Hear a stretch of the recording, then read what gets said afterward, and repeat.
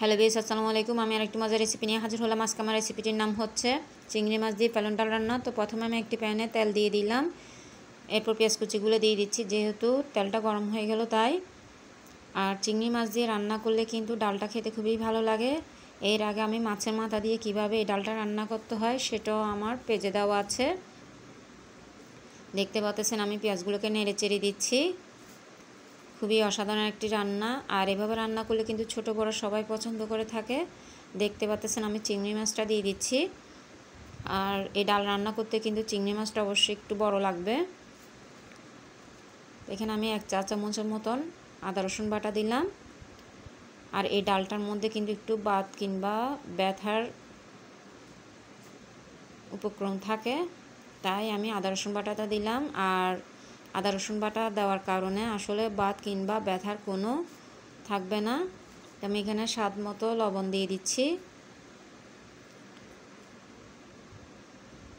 দেখতেই পাচ্ছেন।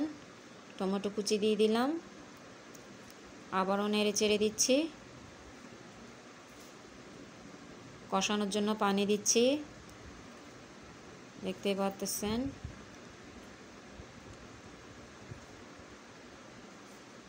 এর মাঝে আমি 1 চা চামচ হলুদের গুঁড়া দিলাম এবং 1.5 টেবিল চামচ মরিচের গুঁড়া দিব।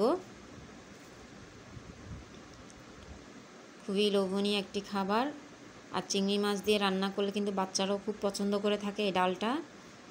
আসলে এই ডালটা কিন্তু আমাদের সবারই প্রিয়। তো দেখতে পাচ্ছেন, যেহেতু কষানো হয়ে গেল আমি ডালটা দিয়ে দিব। আর আগের থেকে আমি ভালো করে পরিষ্কার করে নিয়েছি, দেখতেই পাচ্ছেন। এগুলোকে নেড়ে চেড়ে দিব। আর এই ডালটা কিন্তু গরম ভাতের সাথে খেতে খুবই ভালো লাগে। পানি দিচ্ছি ডালটা সিদ্ধ হওয়ার জন্য।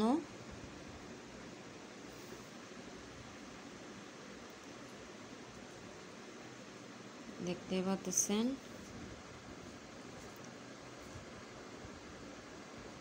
ডালটা কিন্তু প্রায় সিদ্ধ হয়ে গেল। এখানে আমি বাকি টমেটো কুচিটা দিয়ে দিলাম, কাঁচামরিচ ভেঙে দিচ্ছি, ধনিয়া পাতাটাও দিয়ে দিচ্ছি।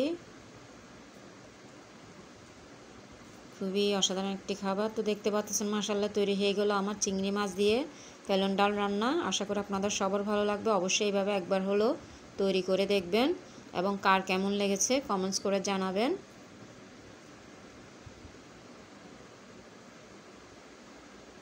আর এই ডালটা কিন্তু আমাদের চট্টগ্রামবাসীর খুবই প্রিয় একটি ডাল।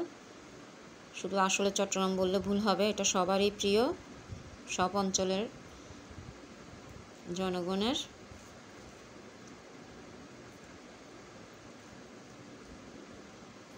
তো দেখার জন্য সবাইকে ধন্যবাদ।